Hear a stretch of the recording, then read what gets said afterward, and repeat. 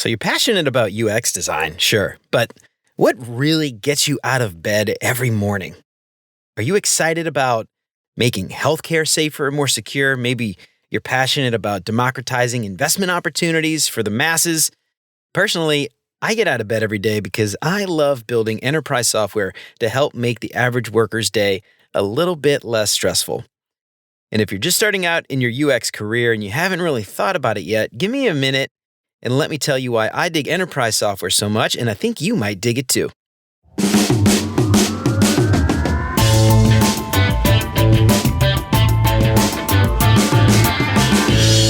What's up, UX fam? How's your mom and them? Welcome to another episode of Beyond UX Design. I'm Jeremy. If you're new here, welcome. I'm super stoked to have you. If you haven't done it already, consider liking or subscribing to the show wherever you listen to podcasts. And if you're regular here and you feel like you're getting something out of the show, I would really appreciate you leaving a 5-star review. That'll help me out so much. And to help keep the show independent and ad-free, you can become a patron for as little as $3 a month. And if you do that, you'll get some sweet, sweet perks for your support. And of course, if you think the show is worth sharing, then I would love it if you told some friends. I've been doing design in some form or fashion since about 2003. I started out building websites and doing web design, album art, flyers for my band and my friends' bands. And I eventually started freelancing, doing websites and traditional design like identities and print collateral for local businesses, restaurants, things like that. And I eventually got into advertising until finally settling into UX design around 2011. My first UX design gig was for a small software shop that did customer apps for various clients. And it was really cool because I got to work in a bunch of different industries over the 4 years that I worked there. And we did apps to help companies manage priorities for their businesses. We did an app to help big shopping malls manage leases and rent payments. We did a mobile app for the American Dental Association. So like I said, we did a bunch of different stuff. And it was pretty cool. I definitely didn't dislike doing any of those other apps, but there was one app in particular that we built that got me hooked on enterprise software. It was a SaaS app for lawyers and law firm employees to manage cases. So this customer came to us. They wanted to build this tool to sell to law firms. So lots of things had to go into managing a case. Sometimes these cases can last for years. There's a lot of paperwork, documents, receipts, expenses, tasks, dates, invoices, payments, hours to track, all these things. Now, obviously, being a lawyer is already pretty stressful, long hours, demanding clients, the stakes are usually pretty high. And if you run a big firm with lots of lawyers and assistants, maybe interns, how do they keep track of all this stuff, right? It can get pretty overwhelming. Now, the options out there at the time were usually some homegrown, on-prem, mess of integrations with some desktop applications or Excel as a database or something really messy. And obviously, the interface for these solutions was pretty bad, and usability was basically non-existent. But why should the day-to-day management of a case need to make an already stressful job more stressful? Well, it doesn't, or it shouldn't. And what's funny is looking back on it, I really didn't think much about it at the time. It wasn't until later that I really grew to appreciate how much impact we made on the teams that worked at these law firms. And I eventually left the startup to go back to advertising, not because I wanted to. I hated advertising, but because my wife and I were trying to start a family, and frankly, the paycheck and the benefits at the startup were crap. So a month or so back into advertising, I had a project. And I remember it so vividly. The project was to design a marketing email campaign for one of our regional bank clients. And they were advertising a new CD, a certificate of deposit. Now, I remember checking the analytics. They had several thousand people on their email list. And out of the 1,000 or so people, less than 10% opened the email. And out of that 10%, only something like 3% actually clicked to open the page that we were building. And I just thought to myself, what the fuck am I doing? What is the point of this? This is ridiculous. This is such a waste of time. And that's when I thought back to that law firm management software that we built, and I really missed it. And that felt rewarding. That felt like I was doing something, like I was helping to make a difference for all the people struggling to keep track of this mess of information related to the cases. And I only lasted about 6 months back in advertising, and I swear I will never do it again. And after that, I made the jump over to where I am now, and it'll be 7 years in May, and I honestly couldn't be happier. And God bless anyone still in advertising. If you want to get into UX and you're in advertising and you want to get into UX, give me a holler, and I will do absolutely anything that I can to get you out of there. So what is enterprise software? What is this thing that I'm talking about? Well, you're probably familiar with lots of apps that you use on a daily basis. Apps like Lyft or Uber, right? Maybe social media apps like TikTok or Facebook, or budget apps like Mint, These are all commercial applications. These are apps meant for consumers. These are built by giant companies. These are apps built by a company trying to sell a product or a service of some kind to the general masses.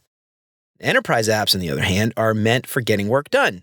Tools built for or purchased by a company for their employees to do some kind of work.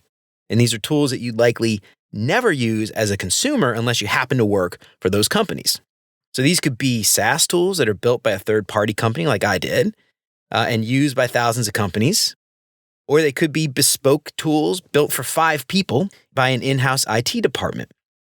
So when you think of getting an enterprise software, don't limit your idea of it to in-house IT departments at a giant mega corporation.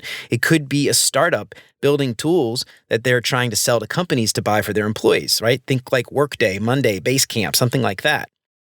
But it could also be something else entirely, like a tool meant for tracking inventory built by the in-house team at Kroger or Walmart or the Home Depot for their employees specifically. But I talked to a lot of young designers, and the common sentiment that I've seen is that they're looking for some notoriety, right? This isn't always true, but this happens a lot of time. They want their friends, their peers to see and use the tools that they design and they build. They want to see their work available online in the App Store, or they want to see a billboard advertising their work or something. And unfortunately, with enterprise design, this is pretty hard to show off your work unless you happen to work in one of these SaaS tools that are selling the app. But lots of times you'll have to sign an NDA or something similar to not show or share all this hard work that you've done. It can be pretty hard to share your work or even in a portfolio during an interview. Sometimes that's challenging.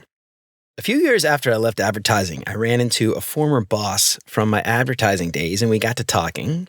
And when she found out that I was working in enterprise, she said something like, "Oh man, you must be so bored." And all I could think of was like, are you crazy? I am helping to solve some of the most complex problems I have ever had to think about before. This job is amazing. Now, I know for sure that enterprise software gets a bad rap. It definitely isn't as sexy as some of the other products that you could be working on. It might not be like working at a big tech company like Google or Meta or Twitter, Amazon, whatever, but I really do believe that the enterprise work that I've done has been some of the most rewarding and challenging things that I've ever been a part of. So here's a short list of why I love enterprise software specifically. We'll dive a bit into each of these in a second. First, there are really complex and interesting problems to solve. Second, you get really deep domain knowledge, which I think is really cool. Third, you could get a bigger budget sometimes, depending on the company. And fourth, meaningful impact for employees, which I think for me is the most rewarding. So let's talk a little bit about these. First, complex problems to solve. So the problems are often way more complex than some of the commercial apps that you might find on an app store. So when you think about enterprise software, people often think of things like spreadsheets, Excel, data tables, whatever. And sure, there can be a lot of data tables, but often business processes are way more complex and require a lot of clever solutions, which to me is way more rewarding than designing some chat app for social media or something. They can also be really interesting. There's a lot of really interesting use cases like industrial scenarios, right? Think manufacturing shop floor, component repair, software for doctors or nurses, complex logistics planning and tracking, industrial machine maintenance, and things like that. These types of scenarios can be super complex and really interesting. And for me, coming up with clever interfaces or workarounds or workflows for these super complex problems is really rewarding and something I really enjoy. Now, I don't want to give the impression that all commercial apps are simple, and obviously not all enterprise applications are complex. But for the most part, the nature of enterprise is that you're solving problems for businesses, and these problems are very rarely cut and dry. And something else that I've heard from designers that work at agencies is that they find their clients tend to have the same problems, right? So they're basically designing the same thing over and over and over again for different clients. Right? They all need account management. They all need user onboarding. They all need a profile page. They all need search. And not to say that every project is totally homogeneous on the commercial side, but generally speaking, these products tend to have similar problems that need solving over and over and over again. And I've heard from designers that work at these kinds of places that tends to get monotonous and somewhat boring. And I don't think that's the case, especially with in-house teams. So the in-house teams, they want to share as much as possible. And one team has already built a user management module. Great. No one needs to build that again. So the next thing is always something new. Now, obviously, if you're at an agency building enterprise software for multiple clients, this could also be an issue, so just think about that. But with those in-house teams especially, the repeat problem-solving issue tends to not be the case. So next, deep domain knowledge. And this is especially true if you're part of an in-house UX team. You might be working on the same piece of software for a very long time, which allows you to go really deep on a specific process. You might also get a lot of hands-on time with the users that you might not get in a commercial environment, right? You may get the opportunity to do a lot of ethnographic research, contextual inquiry, and things like that. You might be able to go to the shop floor, get a pair of steel-toe boots, some safety gloves, hard hats, whatever, and actually watch them do their job on these big, giant, complex machines. I think that's really neat. You may even get the opportunity to participate in some training that your users have. I know a guy who used to work for a forklift company, working on some software to help maintenance crews track all their work. And he got to train to drive a forklift. And it's like every little boy's dream come true. I'm not going to lie. I would love to learn how to drive a forklift. So if anyone out there's listening and can make that happen, please let me know. I've heard people express concerns that they think that they would get bored after a while working on the same thing for a long time. But in my experience, that's part of what I really enjoy. I've worked on applications where I get a really high level, 20,000 foot understanding of the problem, really surface level stuff. But having the opportunity to go really deep for a long period of time is something I personally enjoy. And like I said, I'm always solving a new problem. So even though I'm on that piece of software for maybe 2 years, I'm always learning something new. So for me, that has never been a problem. And the deeper you go, the more insights you'll uncover. And for me, that adds just to the excitement of it all, I think. So for an example, a tool I worked on for almost 4 years, it allowed me to go to all these component repair shops all over the world. I got to spend time with operators and inspectors. I got to know some of them personally. I had the opportunity to get into the nuance and really understand the complexities because I saw so many different scenarios play out. I'm not sure I would have been able to get such a deep understanding of any of that had I worked on this project for only 6 months or even a year. So next is bigger budgets sometimes. Caveat. So this one definitely depends on the company that you work for, but a lot of enterprise software teams, they often have pretty deep budgets. And that means that all kinds of money for research, and if you're lucky, you might get a decent travel budget to go all over the place and visit users to do research. At one of my previous jobs, I got the opportunity to go to a shop in Hungary. I've been to Budapest, Poland several times for work. Some of the other designers on my team got to go to Singapore, Brazil, Saudi Arabia, New York, California, Kansas even, all over the world. Now, I'm not saying that smaller companies or commercial software teams won't have a similar opportunity, but I do think that a lot of enterprise UX teams will have similar perks, especially if you're working at an enterprise team at a large company. And really, this depends on the company and the teams. So if this is something you're interested in, make sure that you ask about this type of thing in your interview so that you know what you're getting into. In addition to the research and travel, lots of bigger companies will even have budgets for training. So you might be able to go to a conference or other training opportunities that you wouldn't normally get at a smaller company.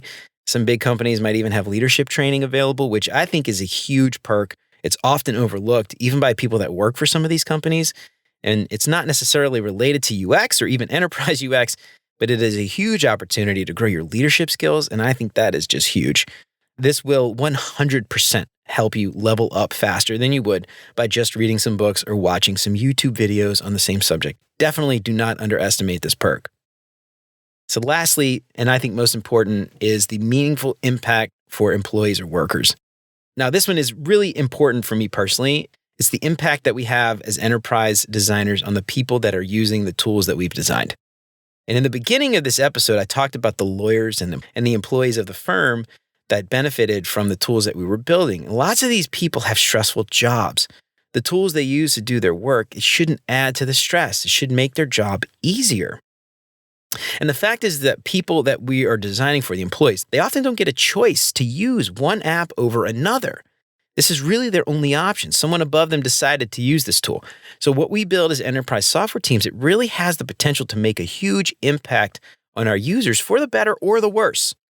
And maybe post-COVID, this isn't necessarily the case, but we all work quite a bit, right? I think at least 40 hours a week. A lot of us have families, maybe even kids. If your family's anything like mine, we pick up our kids around 4:30 or 5. They go to bed around 8:30 at night. And I'm not very good at math. That's why I became a designer. But that's about 12 to 13 hours during the week. And let's assume you wake up around 8 or 9. Your kids go to bed around 9 on the weekends. It's about 37 hours. So let's be generous, round up to 40. That's about 40 hours with your kids every week. Think about that for a second. Isn't that awful? That's about the same amount of time that we spend working. I know this is actually very sad, but most of us are working more than we see our kids or family. So depending on the tool, that means that these employees are spending a whole hell of a lot of time with our software, much more than they're using Facebook or Amazon or Twitter or something like that, at least hopefully. So what I'm getting at is the amount of impact that an enterprise UX designer has on the average employee can be immense. That is really, really a huge responsibility, right? Now, I don't want to give the impression that it's all good all the time. Enterprise software is not a monolithic or homogenous thing. You can work on enterprise software at a small startup.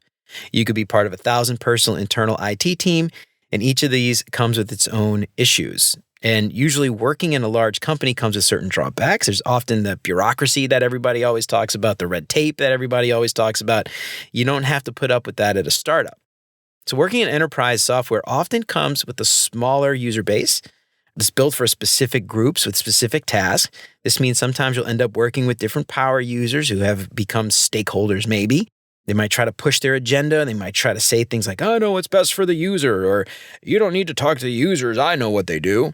And working on software that's meant for internal teams, it might mean that good design is an afterthought, right? What's another button or another column in a data grid or another feature on a page?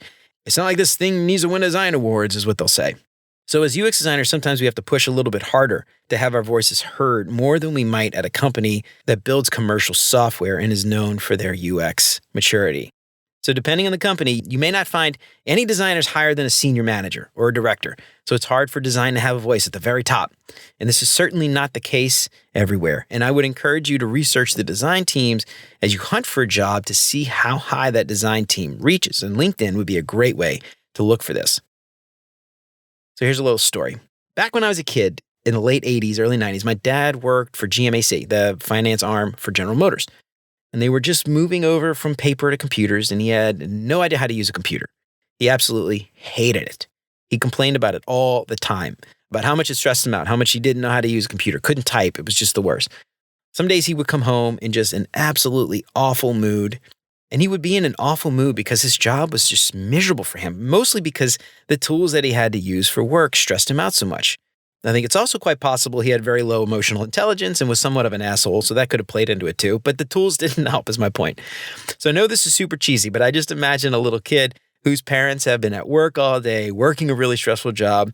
I think, what if I can make that person's day a little bit less stressful and a little bit easier, so when they go home, they aren't in a miserable mood? And if they have families, how many lives does that also improve? So Jared Spool often says, and if you don't know Jared Spool, please, I would suggest go looking him up and following him. He's amazing.